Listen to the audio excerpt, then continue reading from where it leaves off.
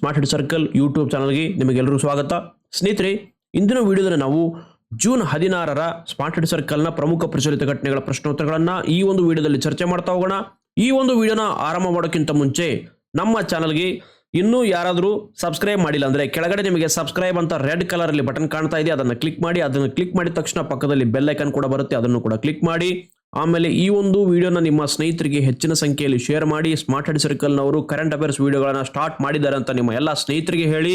ಆಮೇಲೆ ಈ ಒಂದು ವಿಡಿಯೋಗೆ ತಪ್ಪದೆ ಲೈಕ್ ಅನ್ನ ಕೊಡಿ. ಬನ್ನಿ ಈ ಒಂದು ವಿಡಿಯೋನ ಆರಂಭ ಮಾಡೋಣ. ಸ್ಮಾರ್ಟ್ ಹಿಟ್ ಸರ್ಕಲ್ನ ಮಾಸಪತ್ರಿಕೆಗಳನ್ನ ಪೋಸ್ಟ್ ಮೂಲಕ ಪಡಿಬೇಕಂದ್ರೆ ಈ ನಂಬರ್ಗೆ ವಾಟ್ಸ್ಆಪ್ನಲ್ಲಿ ಹಾಯ್ ಅಂತ ಮೆಸೇಜ್ ಮಾಡಿ.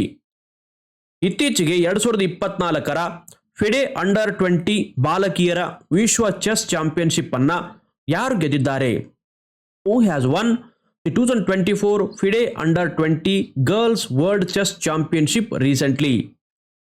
ಉತ್ತರ ಆಪ್ಷನ್ 1 ದಿವ್ಯಾ ದೇಶಮುಖ್. 18 ವರ್ಷದ ನಾಗಪುರದ ಹುಡುಗಿ inter national master Divya Deshmukh ಅವರು ಫಿಡೆ ಅಂಡರ್ 20 ಬಾಲಕಿಯರ ವಿಶ್ವ ಚೆಸ್ ಚಾಂಪಿಯನ್ಶಿಪ್ ಅನ್ನ ಗೆದ್ದುಕೊಂಡಿದ್ದಾರೆ. ಈ ವಿಶ್ವ ಚೆಸ್ ಚಾಂಪಿಯನ್ಶಿಪ್ ಗೆದ್ದ 4ನೇ ಭಾರತೀಯ ಮಹಿಳೆ ಇವರಾಗಿದ್ದಾರೆ. 2024ರ ಪಂದ್ಯಾವಳಿಯು ಗುಜರಾತ್ನ ಗಾಂಧಿನಗರದಲ್ಲಿ ನಡೆದಿದೆ. ಇದೇ ಸಮಯದಲ್ಲಿ ಕಜಾಕಿಸ್ತಾನದ ಗ್ರ್ಯಾಂಡ್ ಮಾಸ್ಟರ್ ಕಜಿಬೆಕ್ ನೊಗರ್ಬೆಕ್ ಪುರುಷರ ವಿಭಾಗದ ಪ್ರಶಸ್ತಿಯನ್ನು ಗೆದ್ದುಕೊಂಡಿದ್ದಾರೆ. ದಿವ್ಯಾ ಅವರು 2024ರಲ್ಲಿ ಬುಡಾಪೆಸ್ಟ್ನಲ್ಲಿ ನಡೆಯುವಂತಹ ಚೆಸ್ ಒಲಿಂಪಿಯಾಡ್ನಲ್ಲಿ ಸ್ಪರ್ಧೆ ಮಾಡಲಿದ್ದಾರೆ. ಜೈತ್ ಖಂಬ್ ಯಾತ್ರಾ ಕೇಂದ್ರವು ಯಾವ ರಾಜ್ಯದಲ್ಲಿದೆ? ಜೈತ್ ಖಂಬ್ ಯಾತ್ರಾ centre is located in which state? ಉತ್ತರ ಆಪ್ಷನ್ 2 ಛತ್ತೀಸ್ಗಢ.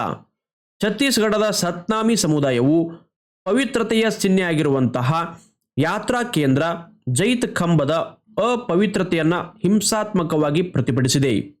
ಛತ್ತೀಸ್ಗಢದ ಬಲೋಡಾ ಬಜಾರ್ನ ಗಿರೌಡ್ ಗ್ರಾಮದ ಬಳಿ ಇರುವ ಅತಿ ಎತ್ತರದ ಜೈತ್ ಖಂಬ್ ಎಂಬುದು ಗುರು ಘಾಸಿದಾಸ್ ಅವರ ಜನ್ಮ ಸ್ಥಳದಲ್ಲಿದೆ. 1657ರಲ್ಲಿ ಹರಿಯಾಣದಲ್ಲಿ ಬಿರ್ಭಾನ್ ಸ್ಥಾಪಿಸಿದ ಸತ್ನಾಮಿಗಳು ಭಕ್ತಿ ಕವಿ ಕಬೀರ್ ಮತ್ತು ಸಂತ ರವಿದಾಸ್ ಅವರ ಮೂಲವನ್ನ ತಿಳಿಸುತ್ತದೆ. ಈ ಸಮುದಾಯದ ಆಧ್ಯಾತ್ಮಿಕ ವಂಶಾವಳಿಯು 18ನೇ ಶತಮಾನದ ಸಂತ ಗುರು ಘಾಸಿದಾಸ್ ಅವರನ್ನ ಅನುಸರಿಸುತ್ತದೆ. ಈ ಕೆಳಗಿನವುಗಳಲ್ಲಿ ಮ್ಯಾನ್ ಪೋರ್ಟಬಲ್ ಆತ್ಮಹತ್ಯಾ ಡ್ರೋನ್ ಯಾವುದು? Which of the following is A man portable suicide drone? ಇದರ ಉತ್ತರವನ್ನು ನೋಡೋಕ್ಕಿಂತ ಮುಂಚೆ ಸ್ಮಾರ್ಟ್ ಹಿಟ್ ಸರ್ಕಲ್ನ ಮಾಸಪತ್ರಿಕೆಗಳನ್ನು ಅಂಚೆ ಮೂಲಕ ಪಡಿಬೇಕಂದ್ರೆ ಈ ನಂಬರ್ಗೆ ವಾಟ್ಸಪ್ ಮಾಡಿ. ಇದರ ಉತ್ತರ ಆಪ್ಷನ್ 3 ನಾಗಾಸ್ತ್ರ 1. ಇತ್ತೀಚೆಗೆ ಭಾರತೀಯ ಸೇನೆಯು ನಾಗಾಸ್ತ್ರ 1 ಎಂಬ ಮಾನವ ಹೊತ್ತೊಯ್ಯಬಲ್ಲ ಆತ್ಮಹತ್ಯಾ ಡ್ರೋನ್ ಅನ್ನ ಸ್ವೀಕರಿಸಿದೆ. ಇದನ್ನ ಲಾಂಚ್ ಪ್ಯಾಡ್ಗಳು, ಶತ್ರು ಶಿಬಿರಗಳು ಮತ್ತು ನುಸುಳುಕೋರನ್ನ ಸುರಕ್ಷಿತವಾಗಿ ಗುರಿಯಾಗಿಸಲು ವಿನ್ಯಾಸಗೊಳಿಸಲಾಗಿದೆ. ಭಾರತೀಯ ಸೇನೆಯು ಎಮರ್ಜೆನ್ಸಿ ಪ್ರೊಕ್ಯೂರ್ಮೆಂಟ್ ಪವರ್ಗಳ ಅಡಿಯಲ್ಲಿ ಸೋಲಾರ್ ಇಂಡಸ್ಟ್ರೀಸ್ನ ಎಕನಾಮಿಕ್ಸ್ ಎಕ್ಸ್ಪ್ಲೋಸಿವ್ಸ್ ಲಿಮಿಟೆಡ್ ಅಥವಾ WELನಿಂದ 480 ಲೋಟರ್ ಯುದ್ಧ ಸಾಮಗ್ರಿಗಳನ್ನು ಆರ್ಡರ್ ಮಾಡಿದೆ. ಇನ್ನೊಂದು ಗಮನಿಸಿ, ಸ್ಮಾರ್ಟ್ ಹಿಟ್ ಸರ್ಕಲ್ನಿಂದ ಪ್ರತಿದಿನ ಬೆಳಿಗ್ಗೆ ಸಂಭವ ಎನ್ನುವಂತಹ ವಿಡಿಯೋ ಸರಣಿ ಆರಂಭ ಆಗಿದೆ. ಇನ್ನೂ ಯಾರಾದರೂ ಆ ಸರಣಿಯನ್ನು ವೀಕ್ಷಣೆ ಮಾಡಿಲ್ಲ ಅಂದರೆ ವೀಕ್ಷಣೆ ಮಾಡಿ. ತುಂಬ ಇಂಪಾರ್ಟೆಂಟ್ ಆಗಿರುವಂತಹ ಪ್ರಶ್ನೋತ್ತರಗಳನ್ನು ಅದರಲ್ಲಿ ಕವರ್ ಮಾಡಲಾಗುತ್ತೆ. GK ಪ್ರಶ್ನೋತ್ತರಗಳನ್ನು, ಮುಂಬರುವಂತಹ VAO, ಆಮೇಲೆ PDO, ಮುಂಬರುವಂತಹ KS ಪರೀಕ್ಷೆ ಆಗಿರ್ಬೋದು, PSI ಪರೀಕ್ಷೆ ಆಗಿರ್ಬೋದು, PC ಪರೀಕ್ಷೆ ಆಗಿರ್ಬೋದು, ಇತ್ಯಾದಿ ಪರೀಕ್ಷೆಗಳಿಗೆ ತುಂಬ ಇಂಪಾರ್ಟೆಂಟ್ ಆಗಿರುವಂತಹ GK ಕ್ವಶನ್ಗಳನ್ನು ಅಲ್ಲಿ ಕವರ್ ಮಾಡಲಾಗುವುದು. ಪ್ರತಿದಿನ ಬೆಳಗ್ಗೆ smart hit circle YouTube channel ಅಲ್ಲಿ ಸಂಭವ ಎನ್ನುವಂತಹ ವಿಡಿಯೋಗಳು ಆರಂಭವಾಗಿವೆ. ಈಗಾಗಲೇ 12 ವಿಡಿಯೋಗಳು ಅಪ್ಲೋಡ್ ಆಗಿವೆ. ತುಂಬಾ ಇಂಪಾರ್ಟೆಂಟು, ನೋಟ್ ಮಾಡಿಟ್ಕೊಳ್ಳಿ ಅವುಗಳನ್ನೆಲ್ಲ. ಪ್ರಬಲವಾದ ಹಸಿರುಮನೆ ಅನಿಲವಾಗಿರುವಂತಹ ನೈಟ್ರಸ್ ಆಕ್ಸೈಡ್ ಹೊರಸೂಸುವಿಕೆಯಲ್ಲಿ ವಿಶ್ವದ 2ನೇ ಅತಿ ದೊಡ್ಡ ಹೊರಸೂಸುವ ರಾಷ್ಟ್ರ ಯಾವುದು?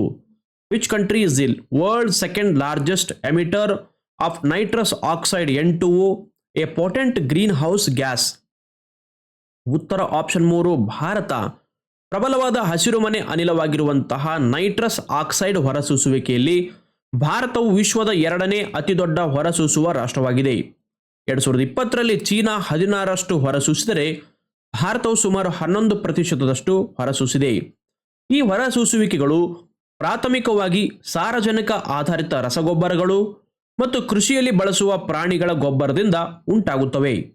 ಇದರ ಹೊರತಾಗಿಯೂ ಚೀನಾ, ಅಮೆರಿಕ, ಬ್ರೆಜಿಲ್ ಮತ್ತು ರಷ್ಯಾದಂತಹ ಇತರೆ ದೇಶಗಳಿಗೆ ಹೋಲಿಸಿದರೆ ಭಾರತದ ತಲಾ ಹೊರಸೂಸುವಿಕೆಯು 0.8 kg per ವ್ಯಕ್ತಿಗೆ ತುಲನಾತ್ಮಕವಾಗಿ ಕಡಿಮೆಯಾಗಿದೆ. ನೋಡಿ ಸ್ವಲ್ಪ ವಿಡಿಯೋ ಫಾಸ್ಟ್ ಆಗಿದೆ, ಯಾಕಂದ್ರೆ ಸ್ವಲ್ಪ ಊರಿಗೆ ಹೋಗ್ತಾ ಇದ್ದೇನೆ ಬೆಂಗಳೂರಿಗೆ, ಹಿಂಗಾಗಿ 2 ದಿನ ಕರೆಂಟ್ ಅಫೇರ್ಸ್ ವಿಡಿಯೋಗಳು ಇರಲ್ಲ.